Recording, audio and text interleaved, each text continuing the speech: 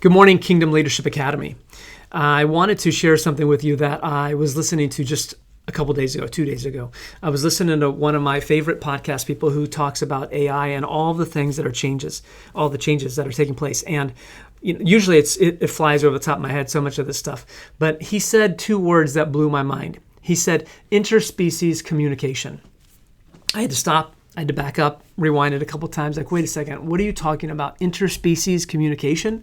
And what he was saying was that there will be a point where AI is currently trying to figure out how human beings can communicate with animals. At some point, you will be able to communicate with your dog or a cat at home, or they will be able to communicate with you, vice versa. Hypothetically, that's what they say they are working towards in some of these areas. Blew my mind.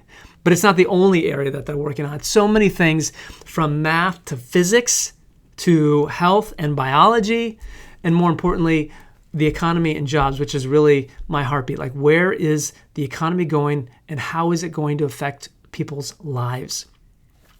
As I've been saying, over the next 3 to 5 years, please hear me, over the next 3 to 5 years, life as we know it is going to be dramatically different.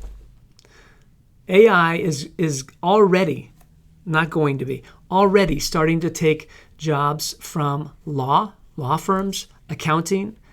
It's moving into medicine, coding, website design, assistant work, truck drivers, you name it. Uber, it is moving into all sectors of the economy. Robots in factories, we're seeing them in the thousands. Amazon departments, like all over, we're starting to see these things. And they've even talked about, like I said, nanobots being placed in your body to heal your body. Life as we know it is going to look like a sci-fi movie. It's crazy. I mean, you thought Star Trek was just fake. That's what so many of these researchers and developers are currently working towards. Now, here's my dire warning for everyone. Researchers are predicting in the next 5 years, somewhere between 3 and 7 years, that at least 40% of all current jobs will be gone, or they'll just go away. Either they'll be replaced or there will no longer be a need for these jobs. My question has been, how will this affect society? It's a big question. In my studies and some of the papers that I've been writing, which you should be able to find on the bonus material of the website, I believe that we will see a fork in society. We're going to see 3 to 4 different groups of people that are going to emerge from this new society over the next 3 to 5 years. One of those groups is going to be those who start embracing AI now or have already embraced AI. They start learning it. They start using it. These are the people who are going to become more successful in the very near future in whether it be small business, industry, technology, whatever it is that you're learning or using AI, it's going to help you become better. The second group of people is on the opposite end of the fork. Those are the people who would much rather stay at home and play video games.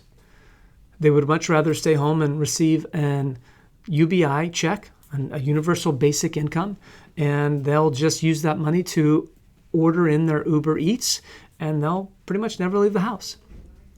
Now, a lot of people that I've talked to are like, that's crazy. Like, how many people would actually do that? And what you'd be amazed to hear is that researchers have found that already today, there's about 25 to 30% of young males, young men, who are already on this path. These young men, they spend more time playing video games than they do working. They stay at home, their moms cook and clean for them. These young men, 25 to 30% of these young men, have never even asked a girl out on a date. Communication skills, terrible. 25 to 30% of young men. There's going to be a segment of our population that will fall into what I would call a nihilistic state, a life of just meaninglessness. Now, the third and the fourth group that are in the middle of this fork, those are the ones who lost their jobs or their jobs were replaced, but they didn't retool. They didn't learn any new skills in AI. But they don't want to do nothing either. They don't want to sit at home. They don't want to play video games. They want something to do. One of these groups will probably more than likely become angry. They will become like the Luddites of England in the 1800s when manufacturing and technology was starting to increase. They rebelled against society. They want something more. And maybe that more might be violence, which is unfortunate. But then the second part of that inner fork, there's a second group that I think will also emerge. And these will be the people who, they don't necessarily want to get into AI. They don't want to play video games, but they want something more out of life. And these people will probably do something that to many will look like retreating.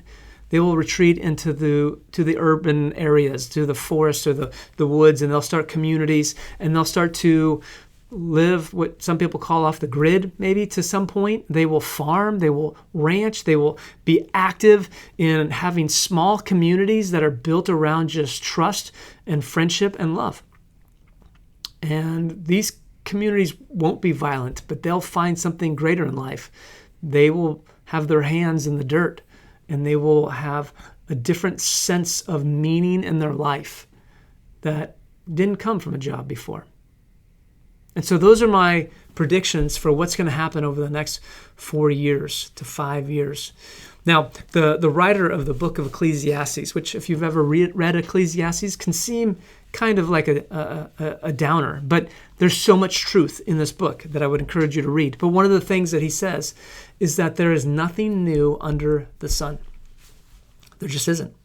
In fact, the writer of the letter of Romans, the Apostle Paul, who wrote a letter to this synagogue in Rome, he once said, "Do not conform any longer to the patterns of this world, but be transformed by the renewing of your mind."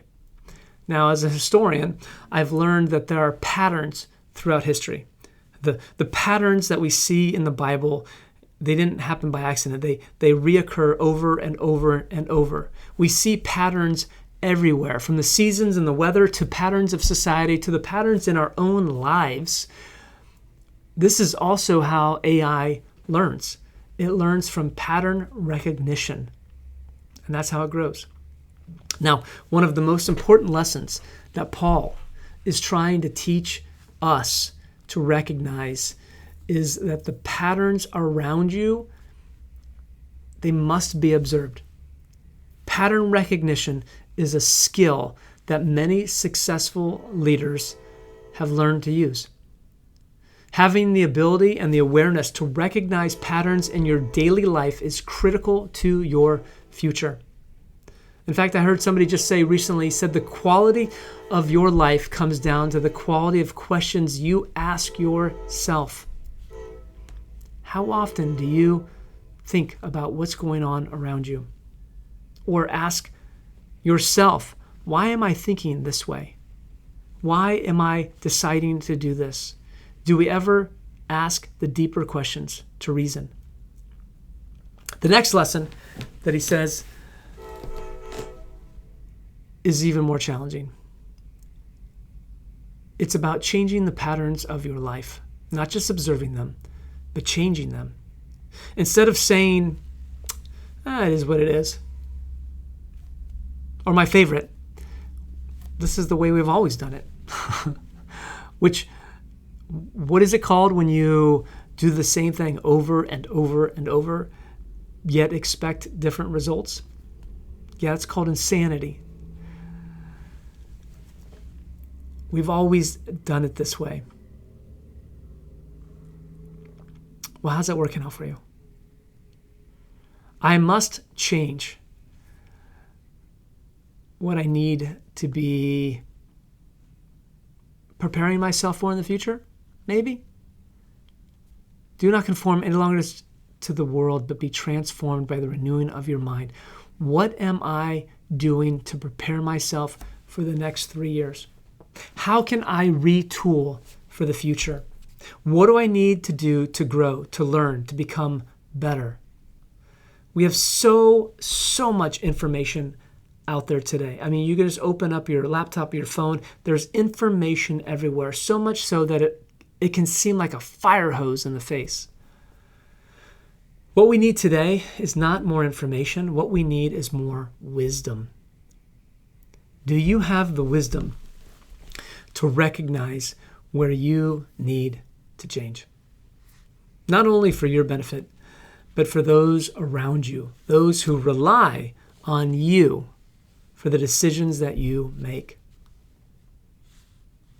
Most people in the future, they won't be replaced so much by AI as much as they'll be replaced by people who know how to use AI. If you haven't gotten on something like Google's Gemini or ChatGPT or Claude, Perplexity, or maybe even Grok, I would encourage you, do so now. Just play around with it. Ask some questions. Ask how it can help you in your current job. Maybe ask it to create a meal plan for you and a shopping list for that meal plan. But we must realize everything that I just told you, all of those elements are free. You can get on Claude for free, ChatGPT for free, Grok. Those are all free right now. But if you do nothing, it could cost you a whole lot more. Maybe you could even have it create you a reading plan so that you can grow in your wisdom, grow in your spiritual faith. Do not conform any longer to the patterns of this world, but be transformed by the renewing of your mind. Wisdom, now more than ever, is what society needs. And as we move into this unknown future, I challenge you, be the man, be the woman that the future self needs. Your future self needs. There are people who are relying on you. Be that person. So with that, may the Lord bless you and keep you. May he shine his face upon you and may he give you peace. Have a great week.